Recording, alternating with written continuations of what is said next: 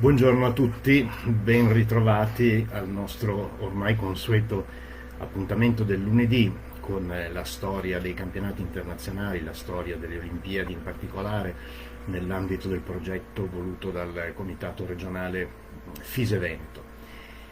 Innanzitutto lasciatemi dire che questi incontri si sarebbero, diciamo, naturalmente svolti nella sede del Comitato regionale a Padova, nella aula Mancinelli, nella sala Mancinelli.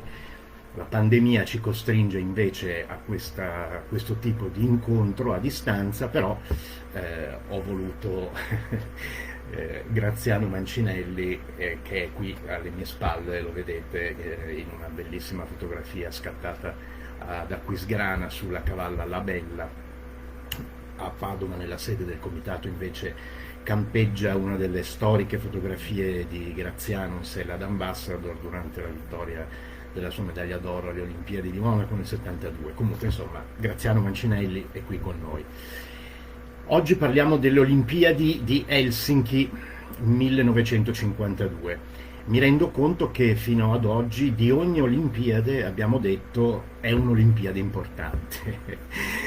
Però è un tema ricorrente questo, lo è anche per Helsinki, molto importante, perché Helsinki 1952 è la prima Olimpiade che può essere affrontata dagli atleti di tutti gli sport, evidentemente non stiamo parlando solo di sport equestri, con il normale diciamo, periodo di tempo utile alla preparazione, perché tutto ciò non accadeva ovviamente dai Giochi Olimpici di Berlino 1936.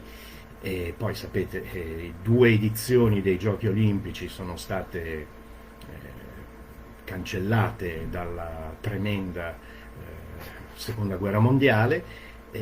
Londra 48 è stata per tutti un'Olimpiade molto improvvisata, non c'è stato il tempo di prepararsi, molti atleti hanno dovuto anche rinunciarvi, altri invece pur di esservi sono andati consapevolmente incontro ad una serie di prestazioni che certamente non sarebbero state quelle se la preparazione fosse stata congrua e consona all'impegno e alla portata dell'impegno. Invece Helsinki 1952 tutto questo non lo presenta, c'è il tempo per prepararsi, c'è il tempo per studiare l'avvicinamento all'impegno olimpico e tutti noi che viviamo nel mondo dello sport, tutti voi che vivete nel mondo dello sport sapete bene che la preparazione, la possibilità di calcolare, valutare, stilare i programmi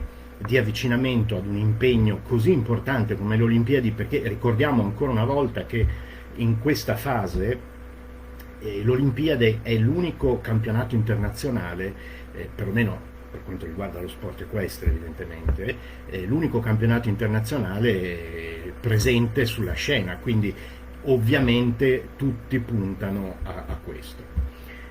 Detto questo, e prima di entrare nell'analisi, nel dettaglio insomma, della vicenda olimpica di Helsinki 1952, dobbiamo parlare di una storia meravigliosa, importantissima, e che alcuni di voi probabilmente hanno già ascoltato quando ne abbiamo parlato in comitato tempo fa, però credo valga la pena di ripeterla perché è una storia che sta alla base di qualche cosa di molto molto più importante dello sport.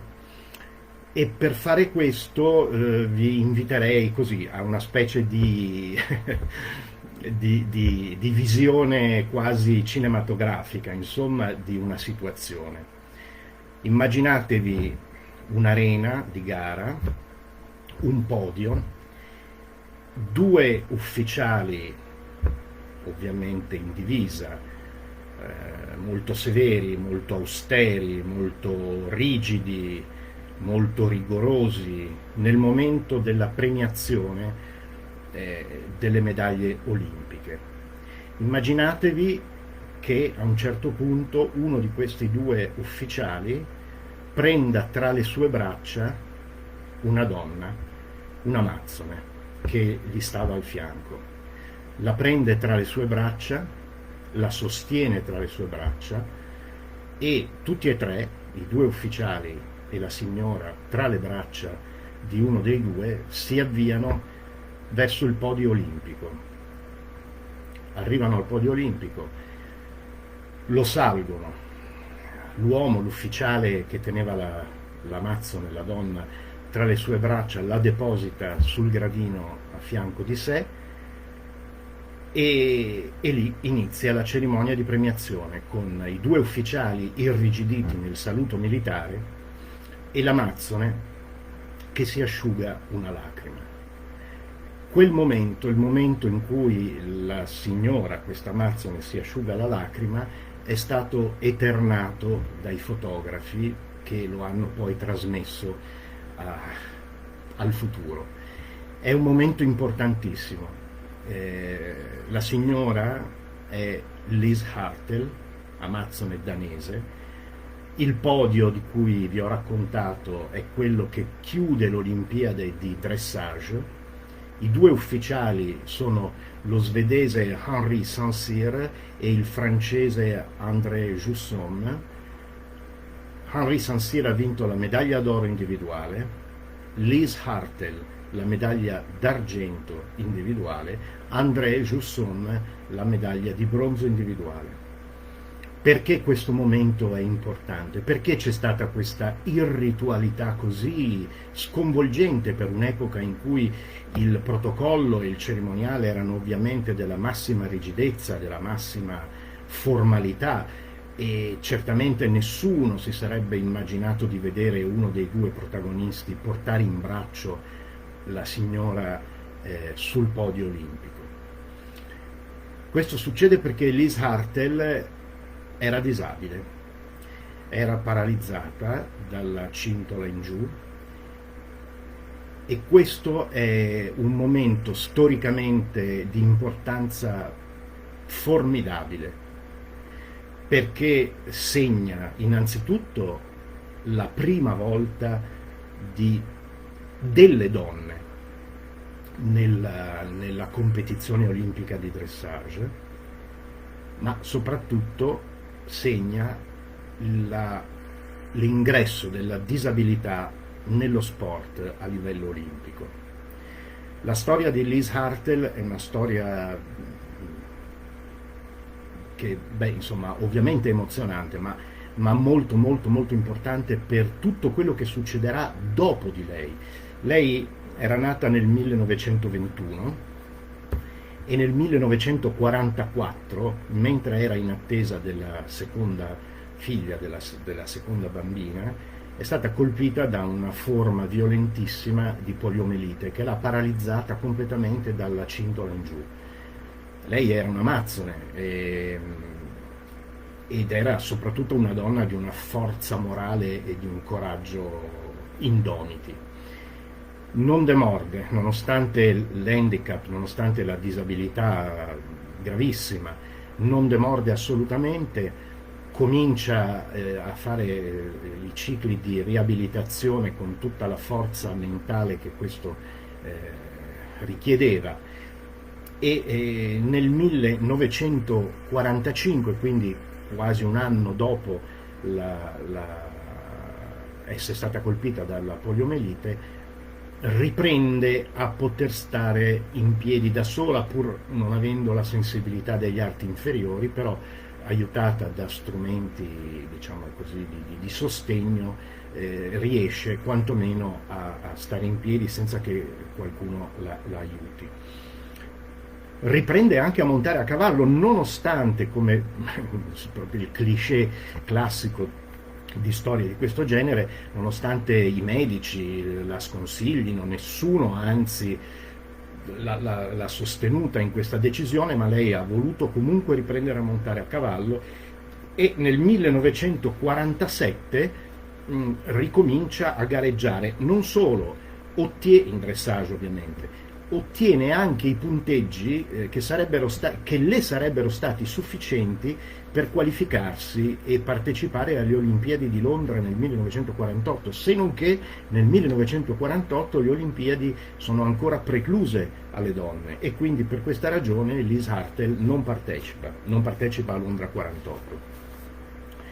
Ma ovviamente non demorde e ottiene grandi successi in sella alla sua cavalla Jubilee, e nel 1952 appunto Helsinki, Olimpiadi di Helsinki, questa straordinaria affermazione, la medaglia d'argento individuale per lei alle spalle di Henri Saint-Cyr e davanti André Jusson, e da questo momento inizia per lei uno scopo di vita, insomma, cioè quello di dimostrare che nonostante la disabilità si sarebbe potuto gareggiare, anzi che il montare a cavallo addirittura avrebbe potuto aiutare a superare gli handicap generati dalla disabilità. Oggi è un concetto che per noi è molto, molto naturale, molto, molto ovvio, quasi scontato,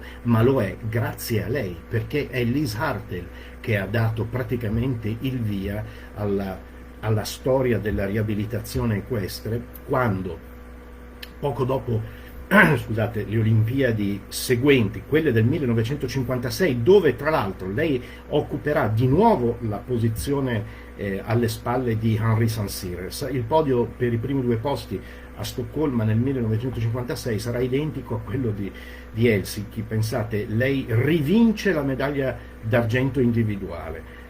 E poco dopo Stoccolma, 1956, quindi ripeto le Olimpiadi successive a quelle di cui parliamo oggi, lei fonda un centro di riabilitazione equestre, il Therapeutic Riding Center in Danimarca, e che è il seme da cui sboccia l'intero concetto di rieducazione equestre, di riabilitazione equestre in sella. Tutto questo lo si deve a questa signora, a Liz Hartel, che poi tra l'altro morirà nel 2009, quindi a 87 anni. Nel 1959 farà la sua ultima gara vincendo il campionato nazionale di Svezia.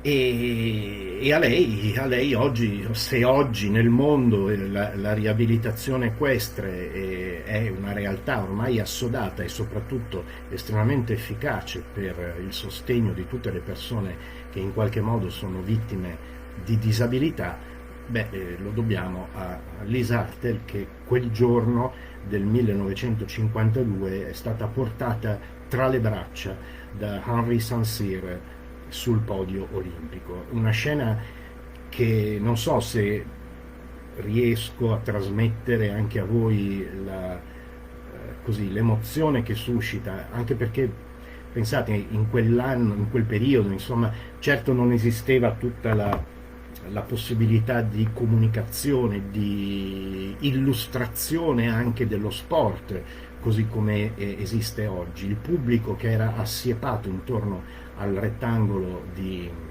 Helsinki non aveva nessuna informazione se non assistere alla gara, vedere quello che succedeva nel rettangolo. Quindi dopo aver visto il lavoro di Liz Hartel, che ovviamente si è presentata nel rettangolo in sella alla sua Jubilee e ha fatto una ripresa eccellente, tanto da vincere la medaglia d'argento, nessuno poteva immaginare che questa amazzone fosse in realtà disabile, e quindi nessuno si è spiegato il perché Henri Saint-Cyr l'avesse presa tra le sue braccia, e penso che questo sia certamente uno dei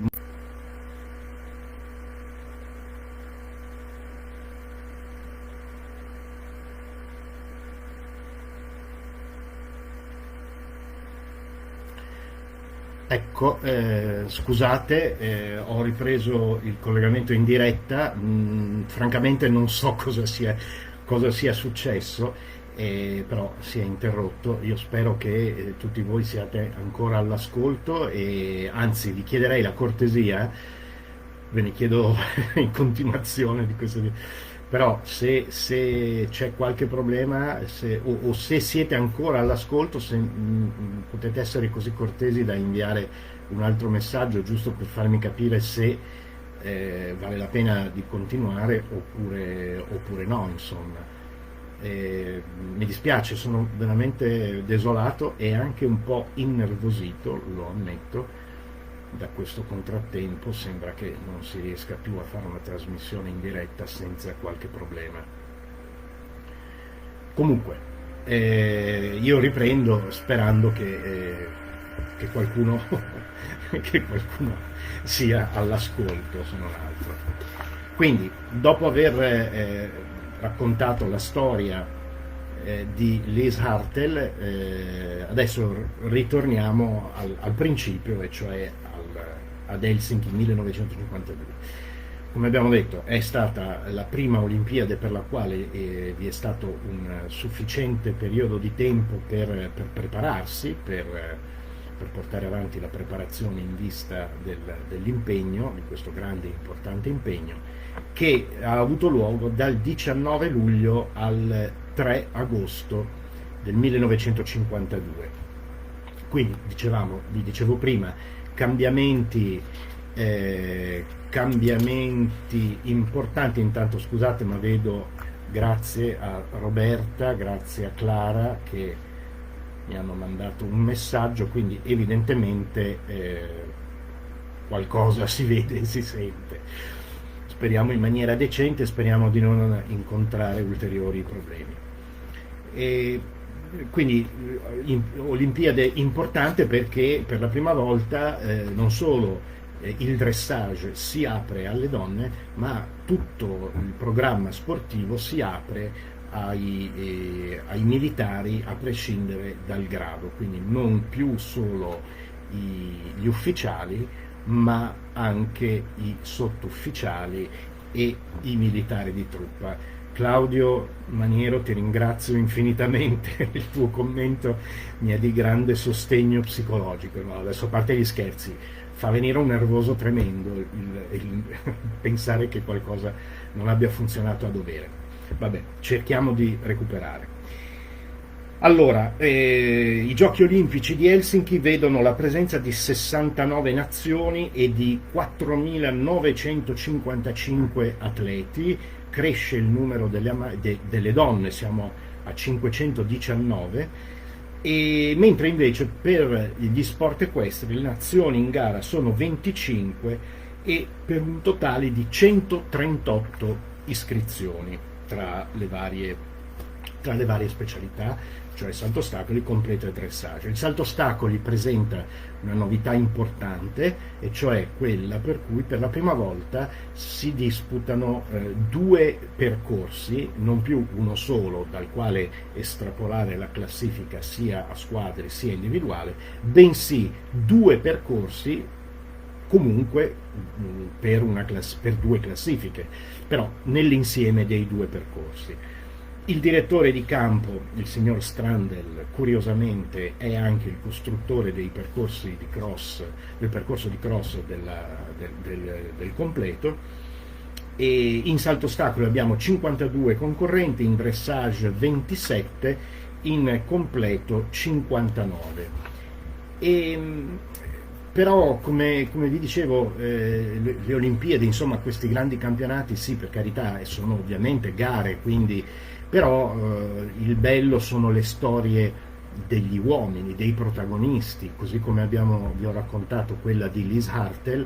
Ci sono anche altri due protagonisti azzurri questa volta, che quindi per noi hanno un'importanza particolare.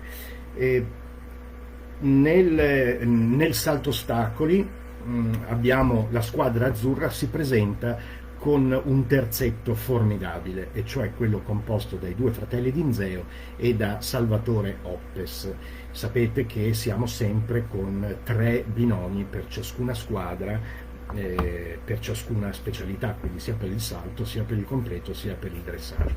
L'Italia del salto ostacoli, guidata da Antonio Gutierrez, che era stato incaricato dal presidente della FISE, Ranieri di Campello, di seguire la preparazione dei Cavalieri Azzurri in vista dei Giochi Olimpici, quindi si presenta con i due fratelli di Inzeo e Antonio Oppes, Salvatore Oppes, Antonio il fratello minore, Salvatore Oppes, i due fratelli di Inzeo sono già due, Piero più che mai, anzi Piero si presenta come uno dei più forti cavalieri sulla scena internazionale in questo momento, mentre Raimondo sta ancora, diciamo, inseguendo la fama del fratello, la fama, non la bravura, intendiamoci, perché Raimondo aveva già dato ovviamente ampiamente dimostrazione della sua qualità, però Piero rimaneva ancora il cavaliere più forte del mondo in questo momento.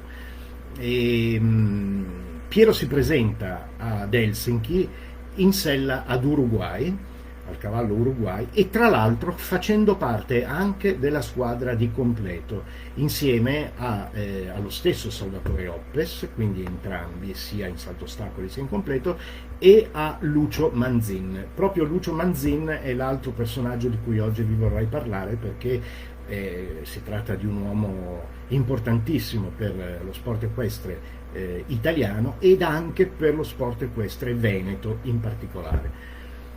Piero D'Inzeo si presenta in campo in sella ad Uruguay, un cavallo che era stato importato in Italia dai coniugi Perrone, Alessandro Perrone, e sua moglie Nathalie, nel 1951. Un cavallo francese, è stato probabilmente il primo grande cavallo, il primo cavallo importante di Piero D'Inzeo. Perché Piero D'Inzeo? Perché effettivamente Uruguay è un cavallo piuttosto impegnativo, macchinoso, difficile per Nathalie Perrone, che è la prima donna ad aver rappresentato l'Italia in Coppa delle Nazioni, questo non dimentichiamolo, e quindi viene passato a Piero D'Inzeo. Piero D'Inzeo, tra l'altro, nel suo libro Oltre la vittoria, scrive di Uruguay bellissime parole. Piero D'Inzeo dice: a Uruguay sono legati i momenti più lieti e più amari di tutta la mia vita di cavaliere. Momenti più amari lo vedremo, perché sarà proprio questo di Helsinki forse il più amaro. Fu continuo nella sua attività, alterno nelle sue prestazioni. Dal punto di vista tecnico, dice Piero D'Inzeo, dal punto di vista tecnico nessun cavallo mi ha saputo dare maggiori soddisfazioni di Uruguay. Ogni percorso era per me traboccante di interesse, di problemi da risolvere, problemi di equilibrio, di maneggevolezza, di rispondenze, di reazioni da ottenere in una determinata situazione. Bisognava rimanere in quel certo numero di vibrazioni, non uscire dai limiti, purtroppo esigui, del suo equilibrio per poterlo utilizzare convenientemente. Altrimenti diventava del tutto negativo. Cavallo di una tale complessità tecnica che mi bastava soltanto la possibilità di utilizzarlo positivamente per farmi contento. Ecco, sono parole che descrivono molto bene quello che un campione, quello che un vero uomo di cavalli, quello che un cavaliere vive nel rapporto con il suo cavallo. Non sono le vittorie, le vittorie sì, ma sono una conseguenza di quello di cui parla qui Piero D'Inzeo, quando dice: cavallo di una complessità tecnica che mi bastava soltanto la possibilità di utilizzarlo positivamente per farmi contento. Insomma, sono parole abbastanza significative. Ma perché parliamo di Piero D'Inzeo e di Uruguay? Perché purtroppo uno dei momenti amari cui si riferiva il campione azzurro viene vissuto proprio qui ad Helsinki. E cosa succede? Succede questo, che, come vi ho detto, ci sono due percorsi ad Helsinki, il risultato combinato di entrambi determinerà la classifica sia individuale sia a squadre. Bene, Raimondo D'Inzeo monta l'Itargirio, e l'Itargirio era il cavallo di Alessandro Bettoni. Alessandro Bettoni muore a Piazza di Siena nel 1951, l'anno prima dell'anno dei Giochi Olimpici, e lascia i suoi cavalli vengono affidati a Raimondo d'Inzeo. Litargirio era dei due, Litargirio e Serena erano i due cavalli di Alessandro Bettoni che vengono affidati a Raimondo d'Inzeo. Litargirio è quello più importante, e infatti Raimondo d'Inzeo vi farà le Olimpiadi ad Helsinki, ottenendo risultati estremamente positivi. Ma rimaniamo a questo primo percorso. Raimondo d'Inzeo entra in campo, fa il suo primo percorso, lo finisce con un ottimo risultato, entra Salvatore Oppes, e anche lui con un risultato in Sella Macezio, con un risultato non particolarmente positivo ma comunque importante. Arriva il momento di Piero d'Inzeo. Piero d'Inzeo in quel momento, come vi ho detto, era il cavaliere, uno dei cavalieri più forti del mondo, e tra l'altro, andando a vedere il percorso in campo con Antonio Gutiérrez, si dice che Piero abbia confessato a Gutiérrez che se si voleva costruire un percorso più favorevole per Uruguay non avrebbe potuto essere diverso da quello che quel giorno incontravano sul campo di Helsinki. Quindi le premesse per un risultato importante c'erano tutte. Pensate che dopo le prestazioni di Raimondo e di Salvatore Oppes, l'Italia era al primo posto della classifica provvisoria a squadre. Certo, era ancora molto prematura dalla situazione, nel senso che poi appunto ci sarebbe stato il terzo percorso del terzo cavaliere di ciascuna squadra e poi soprattutto la seconda manche, ma comunque quella prima parte di cammino era stata compiuta in maniera estremamente positiva. Deve entrare Piero d'Inzeo, in realtà Piero d'Inzeo non entra, non compare in campo, viene chiamato, richiamato, alla fine impietosamente, drammaticamente da un punto di vista sportivo, la voce dello speaker all'altoparlante dichiara Piero d'Inzeo eliminato. È uno shock tremendo. Piero d'Inzeo eliminato prima ancora di entrare in campo. Cosa è successo? È successo un episodio veramente increscioso, incredibile, che purtroppo condizionerà in maniera pesantemente negativa l'esito delle Olimpiadi per l'Italia del salto ostacoli, conducendola all'eliminazione dell'Italia, all'eliminazione della squadra. Il motivo per cui accade questo viene poi descritto nei minimi particolari dalla FISE nel momento in cui a Olimpiade conclusa viene preso un provvedimento sanzionatorio nei confronti di Piero d'Inzeo veramente molto pesante, e vi leggo nel dettaglio quello che la FISE scrive per motivare il provvedimento di appiedamento per 6 mesi di Piero d'Inzeo. Ripeto, Piero d'Inzeo era il numero 1 del mondo in quel momento, quindi pensate che decisione, che peso deve aver avuto questa decisione, presa tra l'altro da una federazione guidata in quel momento da Ranieri di Campello, che di Piero d'Inzeo era stato anche il testimone di nozze, quindi un uomo che aveva con Piero un rapporto, diciamo, assolutamente fuori da ogni formalità, quindi molto stretto, molto vicino.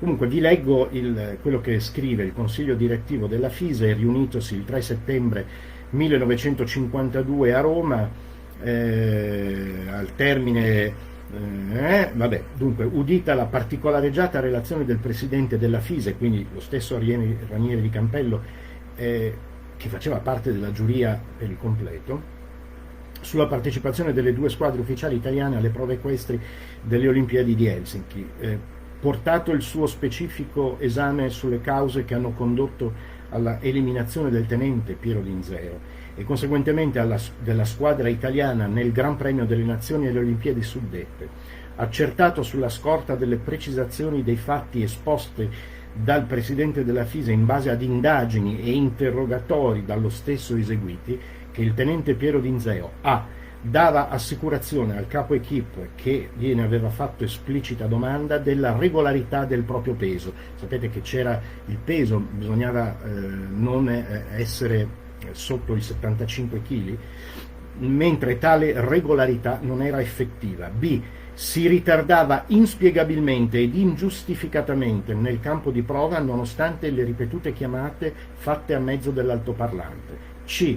Non provvedeva, conformemente alla richiesta del giudice addettovi, a rettificare e far constatare tale rettifica il proprio peso risultato al primo controllo deficiente di 200 grammi, cioè 200 grammi in meno, provocando così, al momento di entrare in campo, la legittima domanda del predetto giudice di una verifica, operazione dalla quale si constatava tale inadempienza e nell'effettuazione della quale si perdevano minuti preziosi.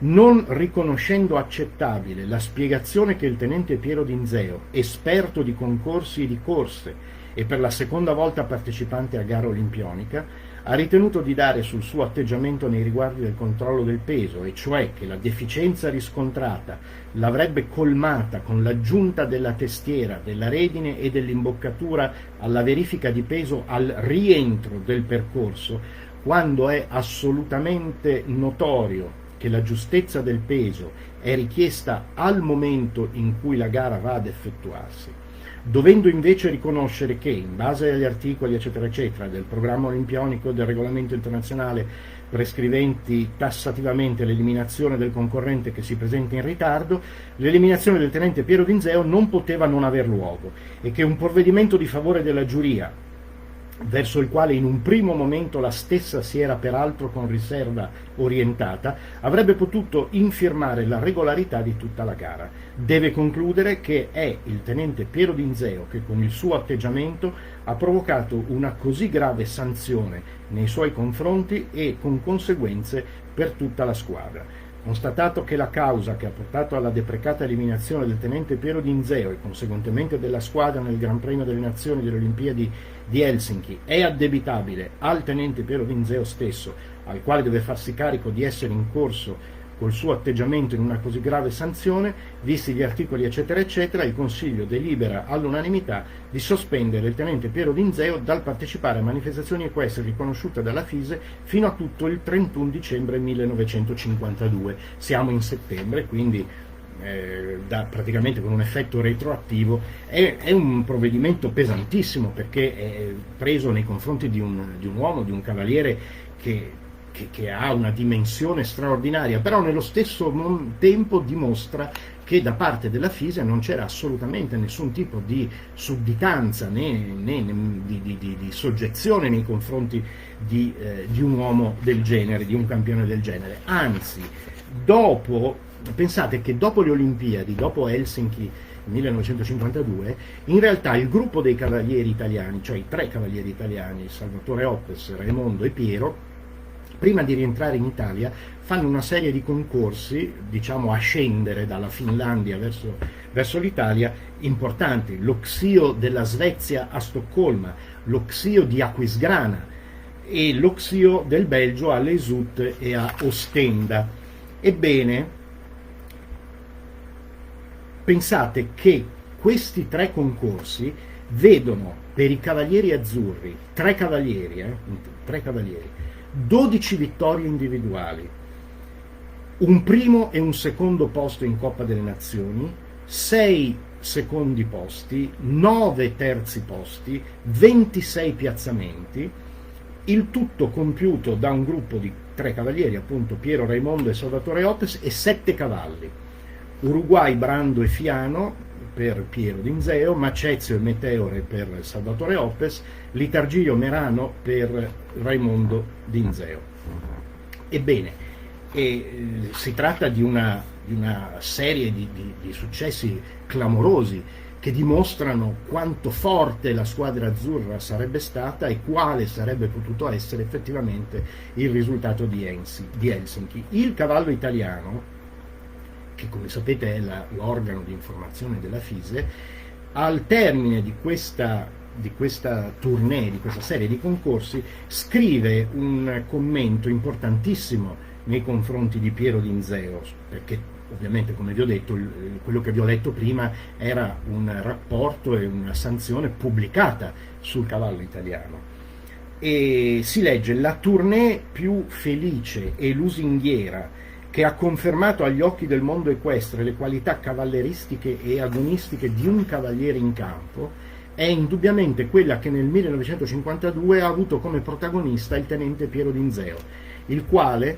nei soli Chio di Stoccolma, Naken, Lesuto, Stenda ha totalizzato 12 vittorie, 3 secondi posti, un terzo, 2 quarti, 3 quinti e 6 piazzamenti. In mezzo a tutto questo c'è la vittoria del Gran Premio di Aquisgrana e della Coppa delle Nazioni di Aquisgrana, firmate da Piero Dinzeo, il quale in Coppa delle Nazioni addirittura ha montato 2 cavalli, perché voi sapete in Coppa delle Nazioni era comunque 4 il numero dei binomi in gara, ma se i cavalieri erano 3 a quel tempo, uno dei 2 poteva montare 2 cavalli. Piero Dinzeo è stato quello che ad Aquisgrana, l'Italia vincitrice, ha montato 2 cavalli e poi ha vinto anche il Gran Premio.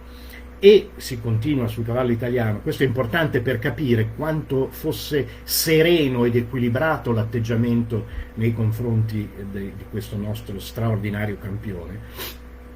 E a proposito del tenente Dinzeo, per concludere questo breve capitolo dedicato ai Cavalieri dell'Annata, ricordiamo ancora come sia da considerare che l'attività sportiva del tenente Dinzeo è stata praticamente interrotta con i primi di settembre, in seguito al noto provvedimento di temporanea sospensione per il doloroso incidente di Helsinki. Provvedimento che, come è stato anche rilevato in una recente precisazione, è da inserirsi nel quadro di quei comuni provvedimenti di carattere disciplinare sportivo che, contrariamente all'errato e forse non disinteressato giudizio di qualcuno, non intaccano assolutamente la figura morale e l'onorabilità del colpito, smentendo così alcune inesatte e contrastanti notizie apparse tempo fa su qualche quotidiano, perché ovviamente di questa cosa si è parlato in quel tempo sui giornali italiani. Tenete presente che erano anni in cui l'equitazione, lo sport equestre, aveva una presenza molto più significativa di quella di cui siamo abituati oggi, grazie soprattutto ai 2 fratelli Dinzeo, che erano dei vincitori seriali. E quindi, smentendo così il tenente Piero Dinzeo sarà presente alle future competizioni equestri nazionali ed internazionali, continuando in tal modo la sua già ripresa attività agonistica, animato da quegli ideali e da quei sentimenti che sono propri di uno sportivo e di un cavaliere della sua classe. E lo accompagni nel 1953 il nostro sincero augurio di sempre maggiori affermazioni nel superiore interesse dello sport equestre italiano e a lusinghiera conferma delle sue alte qualità di cavaliere d'eccezione.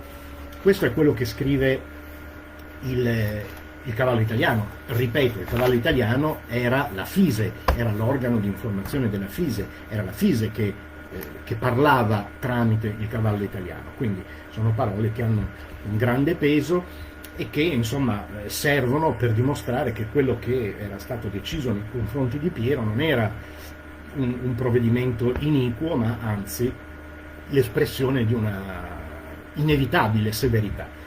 Comunque Raimondo Dinzeo sull'Itargirio finisce al 7° posto ex aequo, mentre Salvatore Oppes su Macezio al 31° posto. Pensate che Piero Dinzeo sarebbe stato, cioè è stato anche grande protagonista incompleto, perché in sella a Pagoro, cavallo che poi verrà impegnato in salto ostacoli da Salvatore Oppes in particolare e con il quale otterrà grandissimi risultati, tra i quali il 4° posto nel primo campionato del mondo di salto ostacoli che verrà disputato di lì a un anno nel 1953 a Parigi. Scusate, lui a Madrid l'anno successivo la 4ª posizione, quindi nel 54. Piero Dinzeo, grande protagonista incompleto con il 6° posto individuale.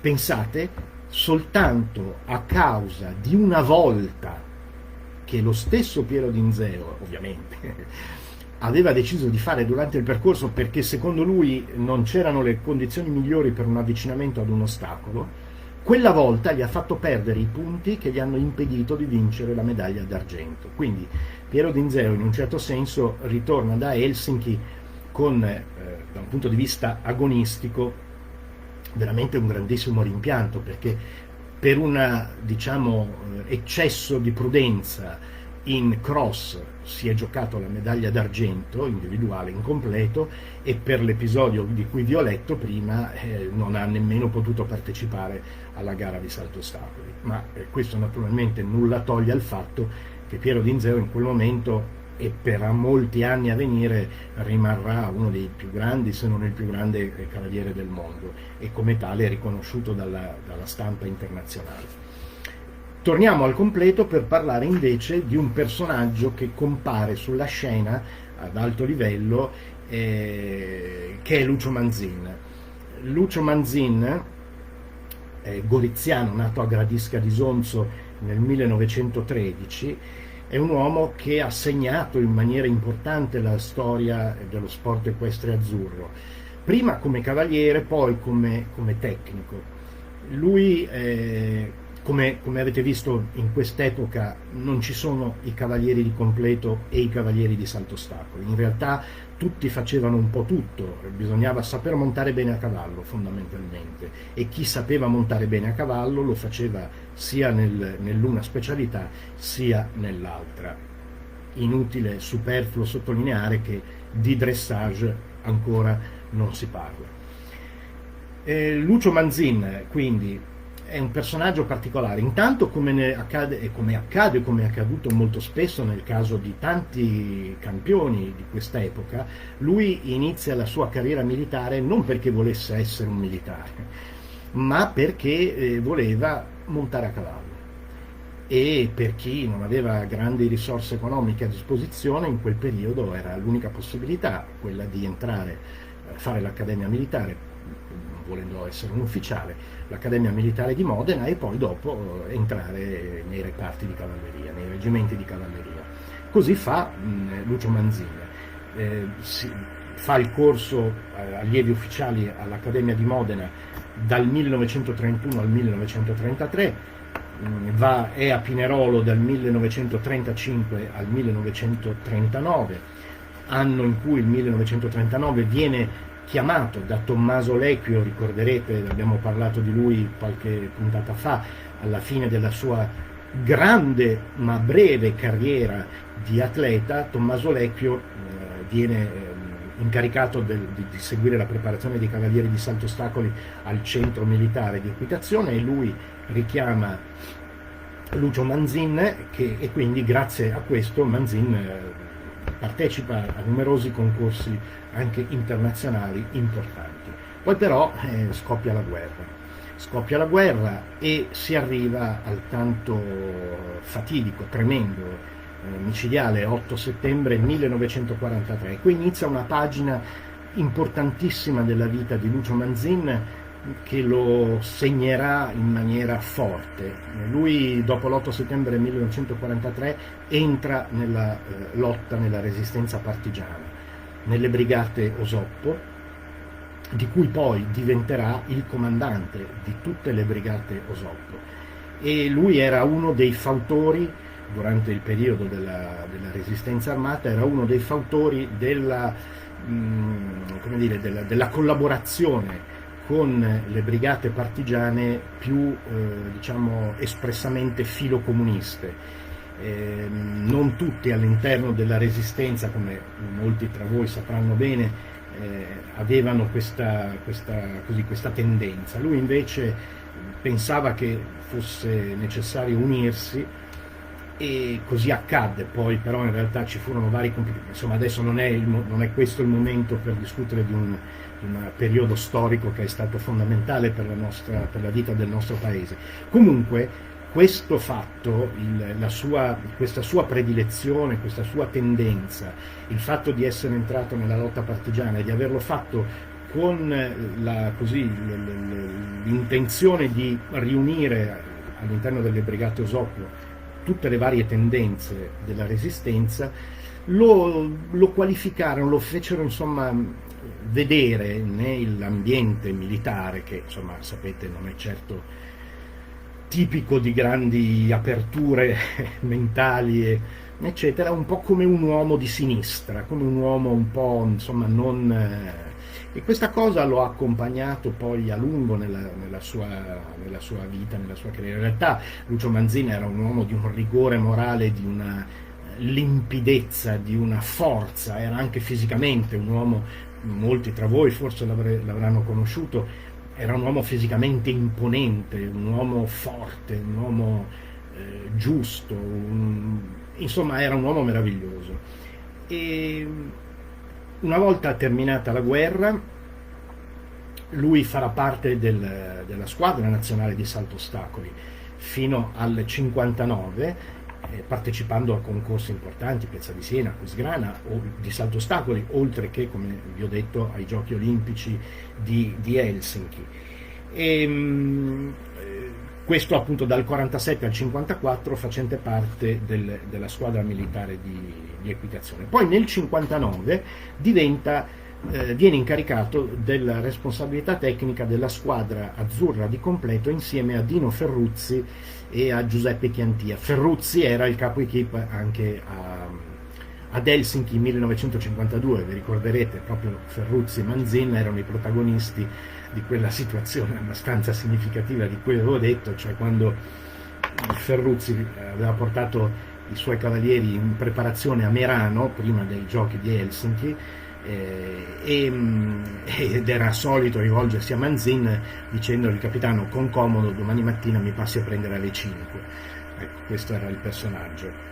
Quindi Ferruzzi, Chiantia e lo stesso Manzin furono incaricati della preparazione per le Olimpiadi di Roma 60. Poi in realtà rimase solo Manzin, Ferruzzi e Chiantia lasciarono l'incarico, ma poi inizia l'alternanza con Fabio Mangilli.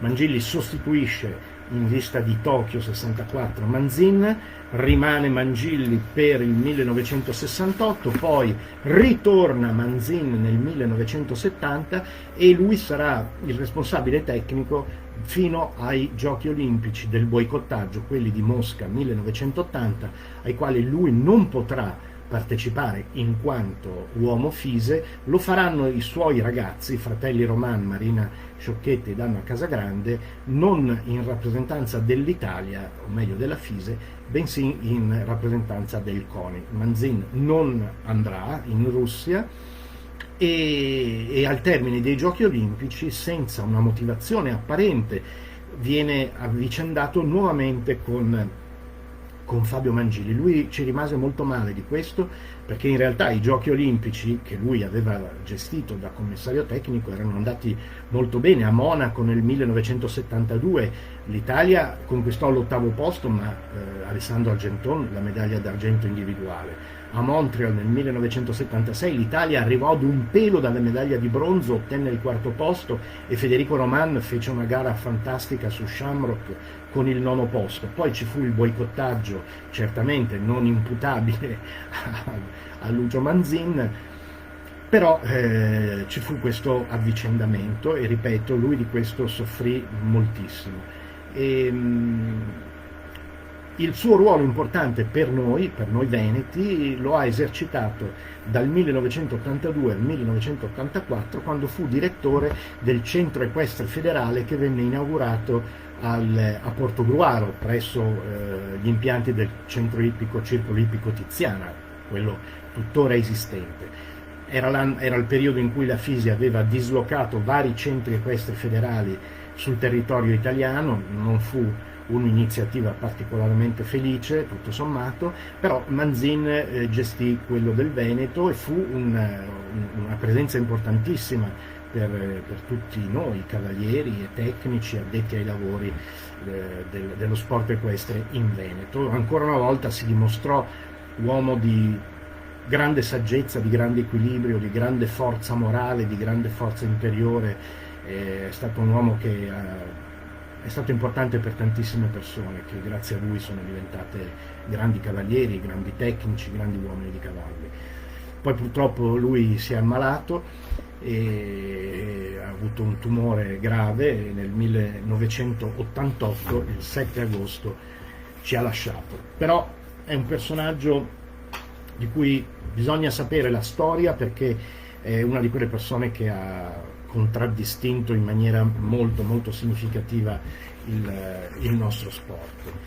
E tra l'altro questa vicenda, insomma, questa vicenda così, del suo avvicendamento con Fabio Mangilli alla fine dei Giochi Olimpici del 1980, appunto, come ho detto, l'aveva segnato molto, e di questo sono stato personale testimone. Insomma, abbiamo fatto lunghe chiacchierate su questo argomento e mi aveva molto colpito come lui si fosse sentito, come lui ne fosse sofferente, insomma, perché essendo un uomo giusto, essendo un uomo di sport, non ravvisava nessun motivo per questo avvicendamento, anzi, secondo lui le cose avrebbero dovuto essere state premiate per come si erano svolte nel corso di quegli anni. Comunque Piero D'Inzeo, come vi ho detto, nella gara di completo occupa la 6ª posizione, mentre invece purtroppo sia Salvatore Oppes sia Lucio Manzin vengono eliminati e quindi l'Italia in completo è eliminata. Salvatore Oppes è un altro dei personaggi di grande importanza per la nostra equitazione. Anche lui è stato dal 1952, diciamo adesso, praticamente dai Giochi di Helsinki, per buona parte del decennio degli anni 50 è stato praticamente il terzo componente della squadra azzurra. Lo sarà anche in occasione dei Giochi di Stoccolma nel 1956. Salvatore è stato un uomo durissimo, ha subito decine di infortuni, ma si è sempre rimesso in sé, infortuni anche molto molto gravi.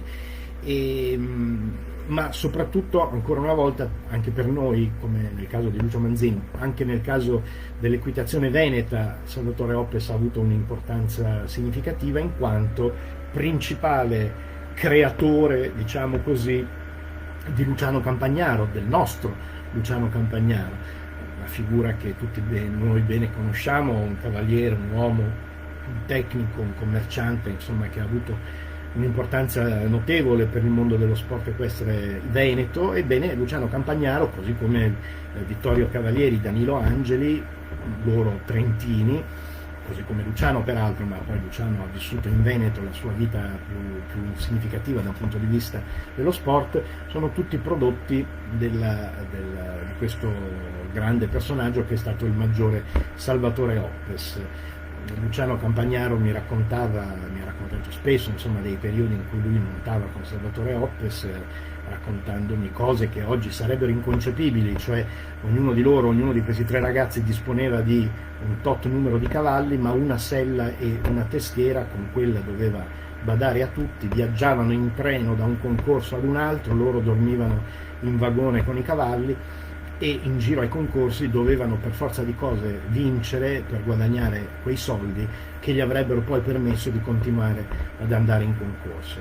E tutto questo animati e spronati dalla incessante carica agonistica, dalla forza mentale di un uomo come Salvatore Oppes. Salvatore Oppes, fratello maggiore di quell'Antonio che sarà poi componente l'Italia ai Giochi Olimpici di Roma nel 1960 insieme ai 2 fratelli D'Inzeo, Antonio, padre del Salvatore Oppes Junior, per così dire, che è l'attuale Salvatore Oppes, quello che tutti noi bene conosciamo. Pensate che Antonio Oppes, ripeto, fratello minore di Salvatore, mi raccontava che Salvatore, per migliorare la sua equitazione, l'equitazione di Antonio, quando erano in Sardegna da ragazzi, più giovani quantomeno, lo metteva a saltare alla corda con occhi bendati e mani legate dietro la schiena, continuandogli a dire che soltanto nel momento in cui avesse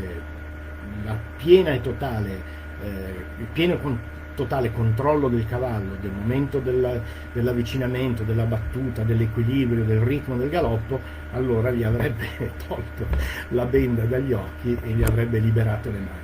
Ecco, questo per individuare il personaggio Salvatore Oppes, che, come detto, è stato uno dei grandi protagonisti di questo decennio, protagonista in completo, protagonista in salto ostacoli, insieme ai fratelli Piero e Raimondo D'Inzeo. Quindi questo un po' è il